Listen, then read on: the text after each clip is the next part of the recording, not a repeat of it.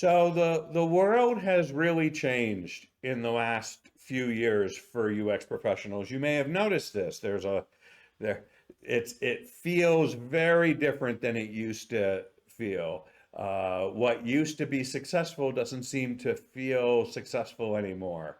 And what we're seeing is that UX leaders are running up against obstacles that are preventing them from doing their best work every day. That wasn't true just a few years ago, but right now that seems to be it. And it's not because the value of UX has gotten less. It's actually because what is needed from people in the UX field, from UX leaders, from UX professionals, is completely different. And this is just growing pains, really. This transformation is something that has to happen, but it is painful. Growing pains are named that for a reason. And that pain is because our contributions, it's very clear to a lot of people in the UX field that our contributions can be way more than we're actually giving today, that we can contribute so much more to the quality of the products and services that our organizations are trying to produce. And we're struggling at the same time to convince stakeholders to give them space and time that they need, that we need to really make that happen. And so this transformation that we're undergoing, this is a forced transformation. This is not something we're getting to choose. This is something that is being forced upon us. And we can either make this change, we can make this transformation, or we can be left behind in a place where we are not going to be valued in our organizations in any substantive way. And so this is really the pain that a lot of people are feeling right now. They are feeling this difficult challenge of really making the contributions that the organizations actually want them to make. And that's what we're going to talk about today. We're going to talk about how the practices, the methods, even the mindsets behind how we do our work isn't working like it used to work, and that we need new techniques, new processes, and new perspectives on our work. And we're going to talk about what those are to make sure that we are delivering the best value we can to our organizations and therefore getting to do our best work every day. And so let's start this by talking about the transformation that the UX world is undergoing. It's a significant one. And really what we're talking about here is that things have changed since the sort of dawn of professional UX practice. It is, as I mentioned, very much a function of growth. It is that what we have been able to accomplish has been actually so good that people are wanting more from us. And that's why we need to step up our game and really get us to go through this transformation. And to think of this transformation, I sort of think of it in basically 6 dimensions, 6 different sets of lenses to look through to sort of see what the work is that we're trying to do. And those 6 dimensions are this, where we need to sort of shift, not sort of, we need to shift from doing tactical UX work to strategic UX work. We need to be working far more at the strategic levels and not so much at the tactical levels. The tactical levels have been good so far, but it's the strategic levels that are going to get us to the next place.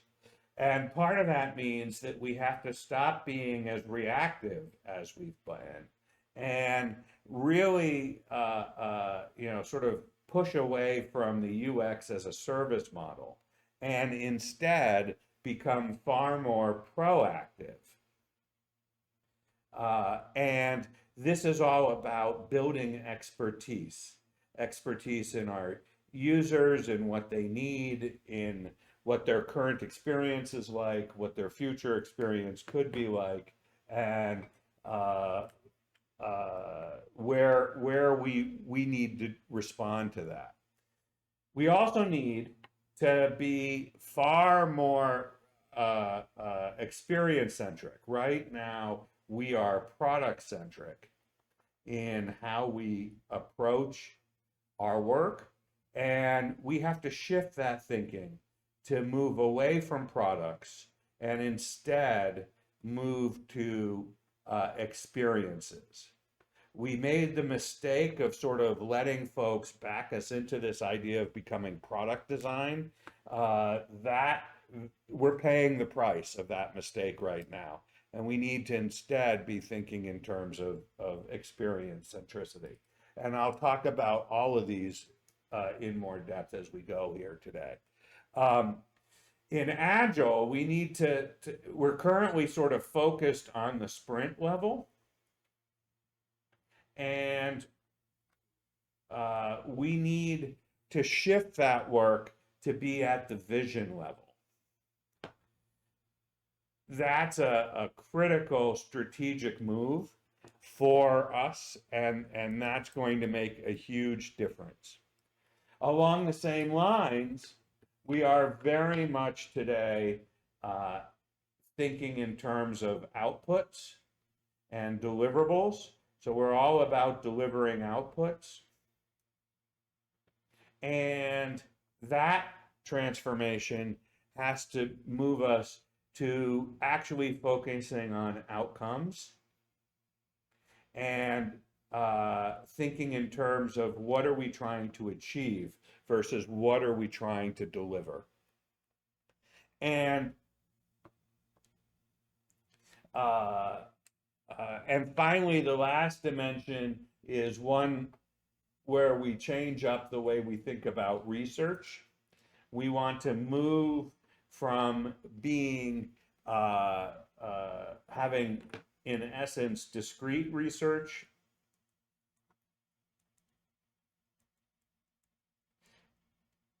to taking a more strategic approach and thinking in terms of continuous research. And so it's these 5 dimensions that we're talking about this transformation happening in. And this is what makes it so difficult. We cannot only focus on one of these. We have to focus on all 6 simultaneously. And this is a substantial change. We might have been able to get away with focusing on just one a few years ago, but we've let it go too long. And so where we're at right now is we're very much at this point where it's pretty much an all or nothing deal. The thing is that each of these old ways of doing things actually worked really well up until now. And so it's hard for us to give them up. You know, they served us well. They are things that made a difference. That's how we got to where we are today. But the problem with this is what got us to this moment is not what's going to take us forward. We've sort of burned out these approaches, the things that have got us here at this moment. We have pretty much gone as far as we're going to go with these, and we have to abandon this approach to some extent and adopt a new way of thinking about the work that we have to do. And it's that new way of thinking about the work that is going to take us into the future. And with this, from what I've seen, when an organization, when the UX leadership within an organization adopts this new way of thinking, they go really far. They see dramatic changes, dramatic improvements in the value that they bring to the organization. And that changes everything. So let's dive into these a little bit more and talk about sort of how we got to this moment. And one way we can think about this is in a sense of a timeline. We can think about the work that we've been doing in this idea of you know, UX for the most part started really in the late 70s. Up until the late 70s, people didn't think about users at all. Every computer that was ever built up until the personal computers in the late 70s, the Apple II and the Radio Shack computers and all those, they were built by engineers for engineers. You had to be trained to use these computers back then. And so UX wasn't a thing because all the users were computer professionals. And that was that if a computer professional could build it, then other computer professionals could use it. It didn't matter what it was. So nobody paid attention to users. Nobody cared about users. It wasn't a thing. But the advent of the personal computer was really the thing that changed us to think about UX, because for the first time we had people who were not trained UX professionals who needed to use the products, and we would have conversations about how things needed to be user friendly. That was the term of art back then. And and we focused very much on this idea of usability. So the sort of first generation, which lasted until the 2000s,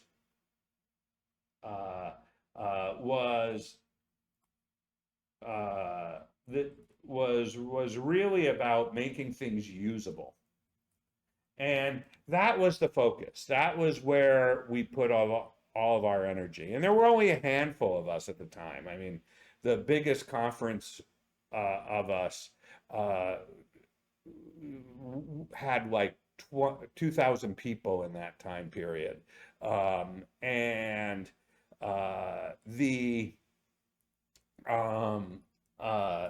was very much the sort of place that we were. And all those people who were in that sort of region were pioneering the methods and the practices. I mean, this is the time when things like usability testing and wireframing and all these things were invented. Things we take for granted today, trying to understand the basic principles of design, trying to understand the basic understandings of interaction design or information architecture. They all came out of this period. The various associations, the Usability Professionals Association, or what is now UXPA, User Experience Professionals Association, and the IA community and the interaction design community, they all started in this era. And so this is where this all happened. We saw the second generation started in the 2000s and basically go up to, today. And this came about sort of with the advent of websites and eventually mobile devices. And this here was very much more about user experience. It grew beyond just making things usable but in fact making them, functional and practical and resilient. We saw lots happening in the area of design theory in terms of more in the realm of interaction design and motion design and sound design. We saw a lot with various ways of doing design in a browser, doing design in mobile. We got into responsive design, and research changed here too. Whereas, we were very much focused on usability, now we're focused on, worrying about whether something is delightful or not for users, because we need them to keep subscribing. We need them to keep being using the product, engagement. So these are all things that are sort of second generation elements. But it became very product centric. And by that I mean that what all of this user experience work evolved into was making sure the products did what they did. Did we build them right? Are they actually doing what our customers want them to do? So up until this point, where we are today, this is really the focus that we've had is on these sort of product-centric user experiences that are key. And the leaders of this sort of first generation were very much focused on just making sure people understood that users existed and that we had to serve them. And the second generation folks were really very much about how a user experience contributed to business goals and needed to sort of tie those things together so that people understood that if you produce a poor experience, you're not going to make your revenue objectives. And so that's how we've gotten to where we are. And we ended up with, basically this realm where we focused on being tactical, reactive, product-centric, sprint level, output delivery, and discrete. That's in terms of research. This is where we are. And this all worked well for us. We needed to be tactical in this era, because if we weren't tactical, teams wouldn't involve us, right? In order for us to do the work, we needed to be able to roll up our sleeves and get the work done in the moment. We needed to give people the wireframes they needed, or the Figma files is what we give them now. We needed to conduct really fast user research to be able to figure out if a product was in fact designed and built right before we shipped it out. And so we were incredibly tactical in the work that we did. And that evolved into this being very reactive, right? We often, in this sort of second generation stage, we were in a position where we had to offer UX as a service because there were a few of us and a lot of them.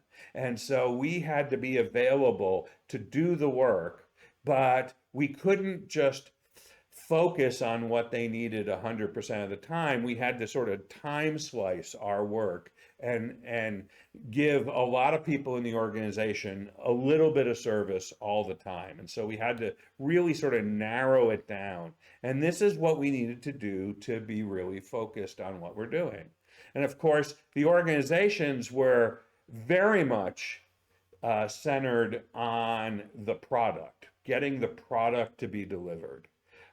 Sometimes it's a service, but even services now are referred to as products, right? Banks refer to mortgages as products, not a service. The customer thinks of it as a service, but the organizations delivering these things, they think of them as products. And this whole sort of product centricity is part of why we're stuck right now, because when you narrow everything down to just a product level viewpoint, you're not really thinking about the change that has to happen in the world. And so that idea of delivering the next version of the product, that's where we've focused. And so everything is really about delivery at this point. And that means that we have to work at the sprint level. One of the things that happened in this time frame was the introduction of Agile, right? Agile happened, interestingly enough, right here in 2001. And it's what got us from this notion of usable to this product-centric world, because Agile allowed us to break problems down into really small pieces and work on them in small pieces. And that in itself was a good thing. But the problem is that we're very much at the sprint level.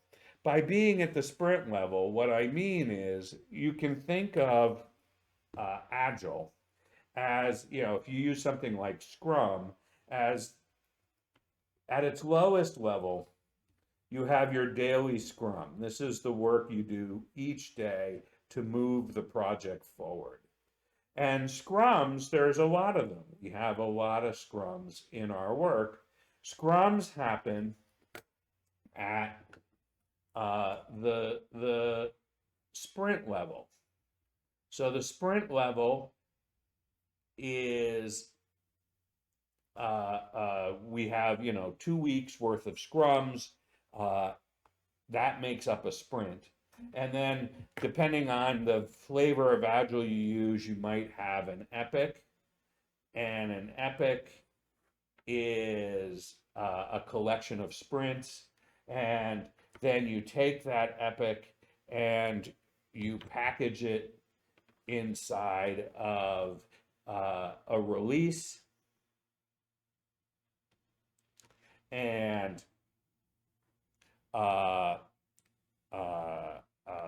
the release is, a bunch of epics, and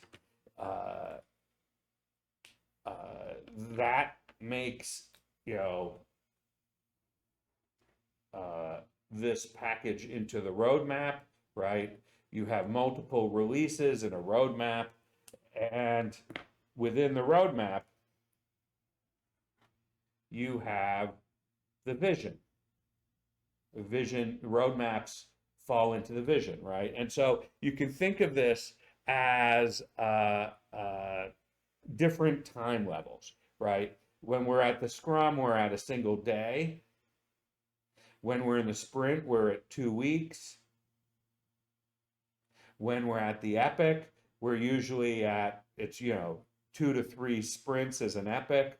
So we're talking, 6 to 8 weeks. A release is often at a quarter to a half year. A roadmap is often around 18 months. And the vision, this can be like 5 to 8 years. So we're moving up in scale. But most UX, the tactical UX that we do today, is actually at the sprint level. We focus almost all of our efforts working on sprints. And we do that because we've learned that in order to be successful, we have to come up with a way to shrink UX down to fit inside of a sprint. So we put all of our research in a sprint sized package. We put all of our design work in a sprint size package. We might be lucky enough to be able to double the size, go from 2 weeks to 4 weeks, if we can get people to do a sprint 0 or some sort of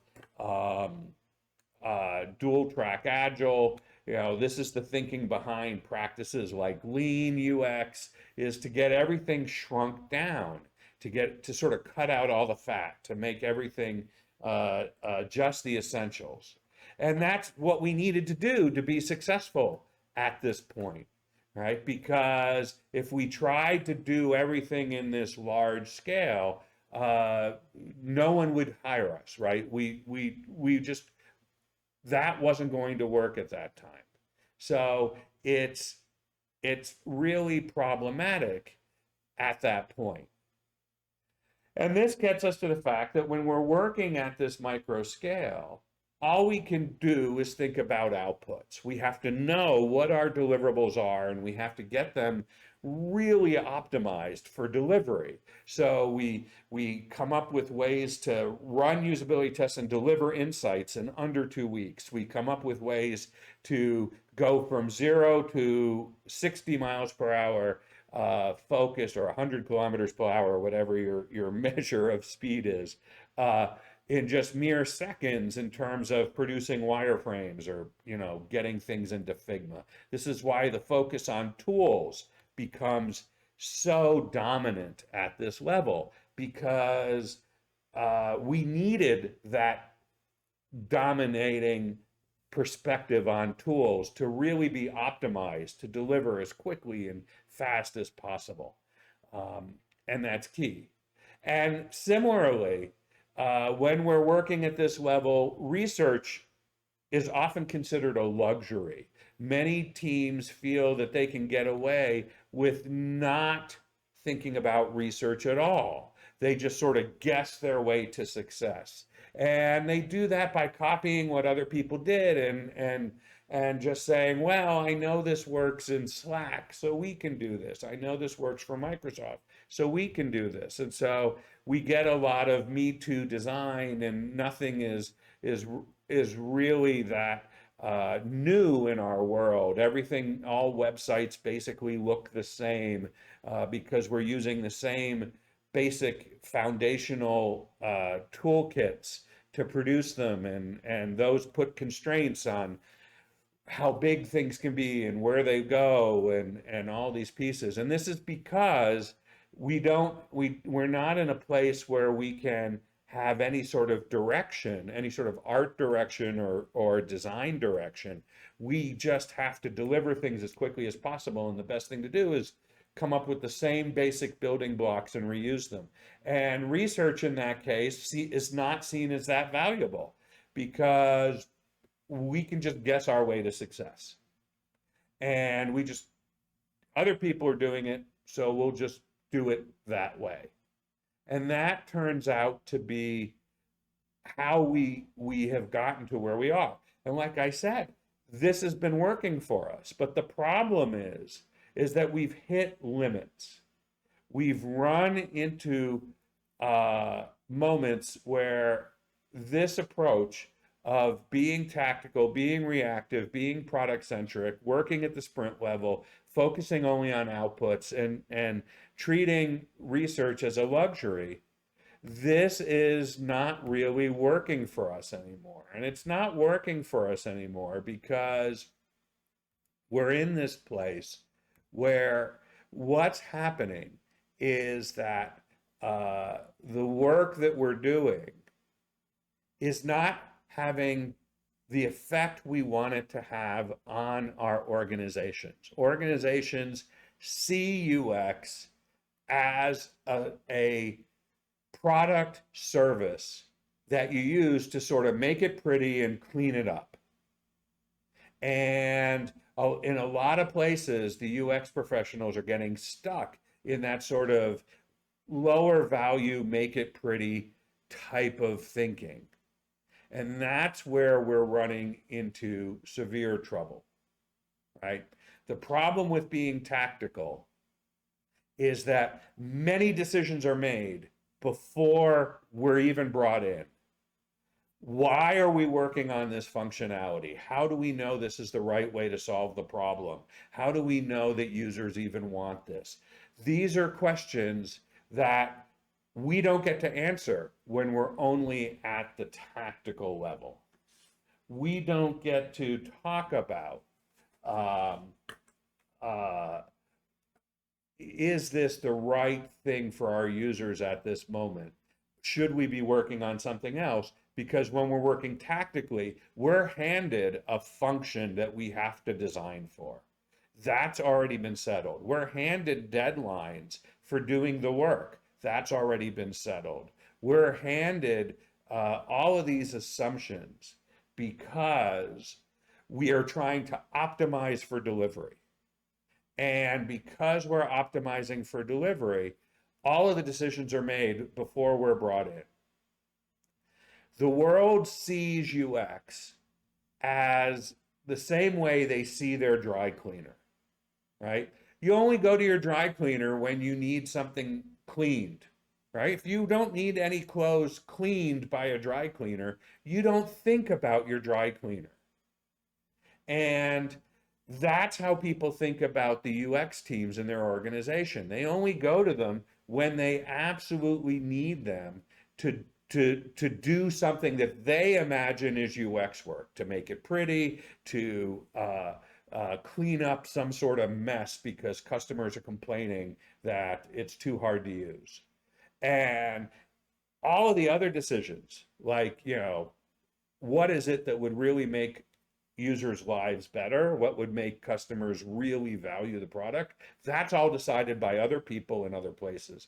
And, this is why a lot of UX professionals talk about their desire to have a seat at the table. They think that's the solution. That's not really the way the solution works. There is no real table. You having a seat at a table just gets you into more meetings, but it doesn't actually help you be the ones who are making the strategic decisions. In order to be making the strategic decisions, you have to already be working at a strategic level. And that is what's holding us back. The reason that we're in this sort of reactive mode is because we created that. We set that up as this is the way we work, and we've trained everybody in the organization to think of us as being reactive. And to work strategically, we have to become proactive. But that, in essence, is failing us. And in order to work strategically, we have to move beyond products and start working with experiences. We have to think in terms of what it's like for a user to have an experience. And that means we have to think about the vision, what the experience vision is, what should the experience be like 5 years from now? What should the experience be like 8 years from now? We have to be the ones who deliver the answer to that question. We have to be the ones who talk about outcomes, right? Not just delivering results, but what is the change in the world? That's what an outcome is. What is the change in the world that we want to see? And we have to think about research as being continuous, something that we are always doing, and we're doing at the experience level, not at the product level. We are not researching to see how to make products better. We are researching to see how we improve people's lives. The number one goal of a strategic UX organization is to improve the lives of their customers, their users, and their employees, and even people who are affected by the use of their products and services, but don't even know that the product or service exists. And this is how I know whether I'm talking to a team that is making the transformation or not. Because teams that aren't making the transformation talk about delivering the best products. Teams that have made this transformation are always talking about improving the lives of their users and customers and employees and the people who are there. That's what their goal is. And so this is a completely different set of perspective, a completely different mindset. And we have to be working at this different level. No one's going to do this for us. So as the leaders of UX in our organizations, we have to be the ones to do this. We have to be the ones who create the vision, who change the focus to be on experience, who think in terms of outcomes, who communicate and get the whole organization to think in terms of outcome, who are out there building expertise, right? There is absolutely no reason why your organization should not be the world's foremost experts in who your users are, what your users need, what the current experience of your users and customers is like, and what the future experience of your users and customers should be like, right? That has to be organization wide. And you, as a leader in UX, and I know you're a leader in UX because only leaders in UX show up for these sessions. You, as a leader in UX, have to be the one to make this happen. No one else is going to do this. No one else is going to step forward and make this happen in your organization. And if you wait for someone else to do it, if you wait for permission to make this happen, you'll never get it. And you will be stuck and your organization will be left behind. So this is up to you at this moment. So that is the change. We have to be thinking strategically. We have to be thinking proactively about building expertise. We have to become experience centric, no longer talking about the product, but talking about the experience that we want the product to deliver.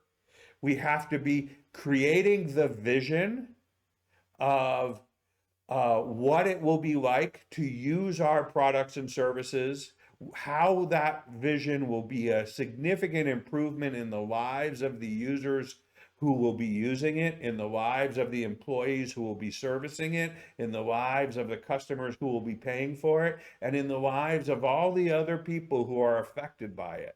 That's what we have to do. We then have to focus on being outcome oriented, understanding how we measure outcomes, how we track outcomes, how we show the value that achieving the outcomes is generating for the organization. And the way we're going to do that is by shifting our research to be continuous and always building expertise, always making us into the world's foremost experts on who our users are, what our users need, what their current experience is like, and what their future experience needs to be like. That's what we have to do. It is this list that is going to take us into the future. This list that has gotten us here successfully is not what's going to get us there. What got us to this moment will not take us into the future. And you are the one responsible in your organization for making that transformation happen. Sorry to drop that on your shoulders, but it's going to be you. No one else is going to do this. You're the one who showed up today. You're the one that has to do this.